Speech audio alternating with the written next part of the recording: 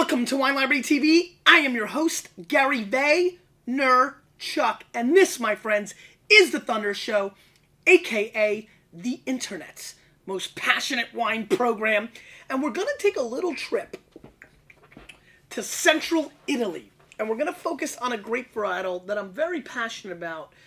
It is called Verdicchio. Let me zoom in right there. Let's see how good you can get in there, Ma. Zoom right in there. Verdicchio.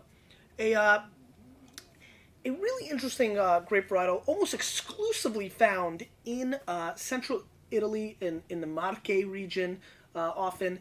A varietal that I think brings an awful lot of thunder. High acid, yellowish green grape colored, like really light, crisp white wines.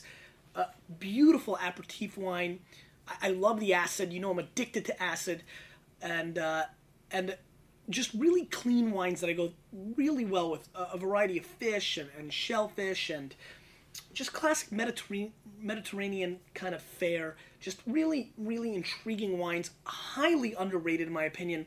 It baffles my face off that so many people drink Pinot Grigio and Sauvignon Blancs from around the world and have yet to discover so many of the interesting white varietals in many parts of the world, and specifically in Italy. So Verdicchio is the wine that we're going to be talking about today.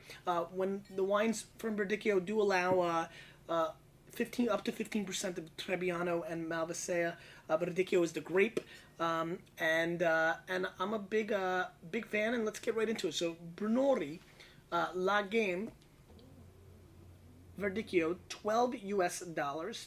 No score. 20,000 bottles of this are produced.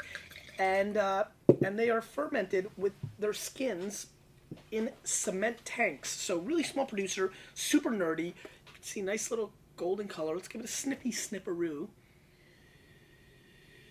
I'm getting a little straw and an interesting little citrus component.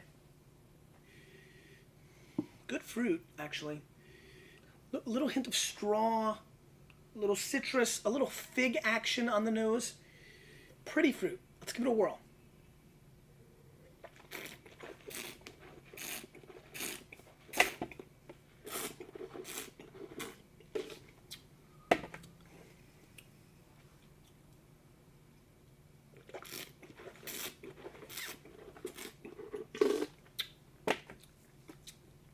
Great mouthfeel.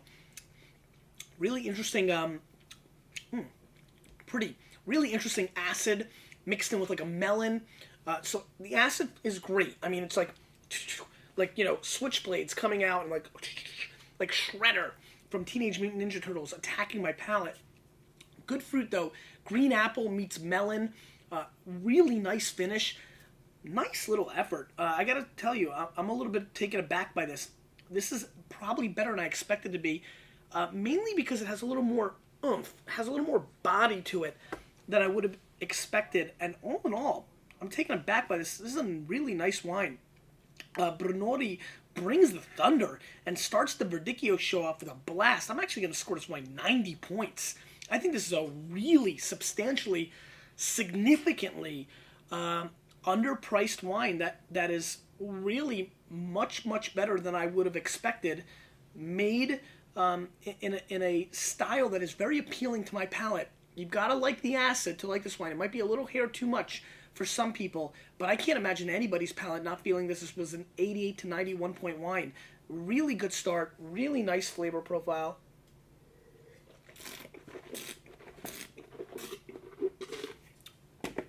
Really exciting. All right, let's move on. I love saying this. Fantasopa. The Fantasopa 2009 Verdicchio. This is aged in stainless steel and is $12 US. It's going to have to really bring something to match up with the intensity of the last wine. Let's see what's going on here. It has a little bit more color going to it, so that's interesting. Let's give it a snippy snip. Now this has even a more minerality, earthy kind of nose than the last wine. Gone are the apples and the melons the Brunori brought to the table. And in its place, I do get a little stinky sock, I do get some fresh crushed rock, so there's some intriguing minerality on this nose. Good fruit, very vibrant. I do get a little pear, so there is a hint of pear. There's a little creaminess. I'm actually quite surprised this is stainless steel, believe it or not. The impression on the nose is there is a little wood kind of thing going on. So just from the varietal, maybe it's a stinkiness mixed with pear, creates this false sense of almost like a wood chip component. Let's give it a whirl.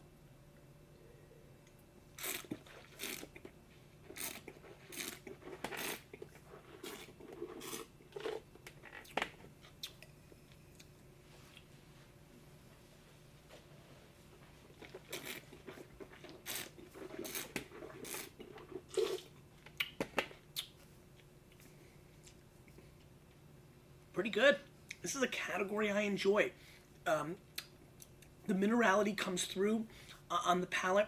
There is this really phenomenal kind of endive, grassy kind of thing going on, almost like frisee, like a lettuce component that I like on the mid-palate transition to the finish.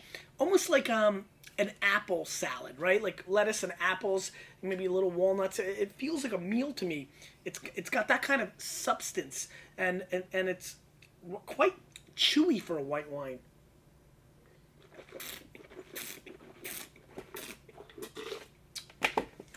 These are very light wines, or medium-bodied wines, that have such big flavor that they come across complex. This is a pretty complex wine. I like this wine a lot too. I'm going to go 89 plus on this. Alcohol spikes a little bit for me, and it's a hair disjointed in the beginning, but in some ways has even more potential than the Bruni.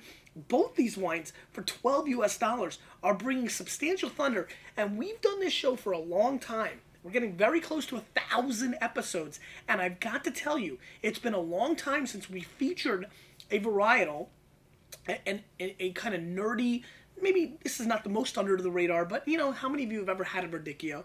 An under the radar kind of style of wine, and both wines, or three, depending on the show, but both wines show extremely well. Right, Matt? I mean, it's tough. I mean, we do not have shows where, we get excited for kind of turning you on something new, changing the wine world, getting you to try new things. And a lot of times we have clunkers, and I always wonder at the end of the show, I'm like, ugh, are they going to be motivated to maybe expand their palate? Or are they going to be like, oh, see, Riesling stinks, or see, Bondol blows, or, see, Tanat's terrible. But Verdicchio, at its price point, brings some serious thunder. Please, as you head into this weekend, it's a Jets bye week, I know, so, you probably have nothing to do. Spend the weekend and maybe have a nice meal and try to go out and find something new. Not the same old Pinot Grigio. Try a Verdicchio, because I got to tell you, blown away by this effort. Brunori and Fantasopa have my total respect for price, and I think they're screaming values, and double thumbs up. I'm one happy cat. Question of the day. Speaking of cats, what is your favorite type of home pet?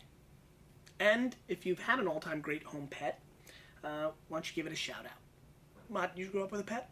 I have a dog and a cat now. Dog and a cat now. And what are their names? Asia and Timber. Asia and Timber. Asia the dog, Timber the cat. And who do you like more? I like the... Matt. How do you say which child you like is your favorite? Yeah, pick one. My mom likes me best. They both have... They both have their strengths and weaknesses. Very good. You, with a little bit of me, we're changing the wine world.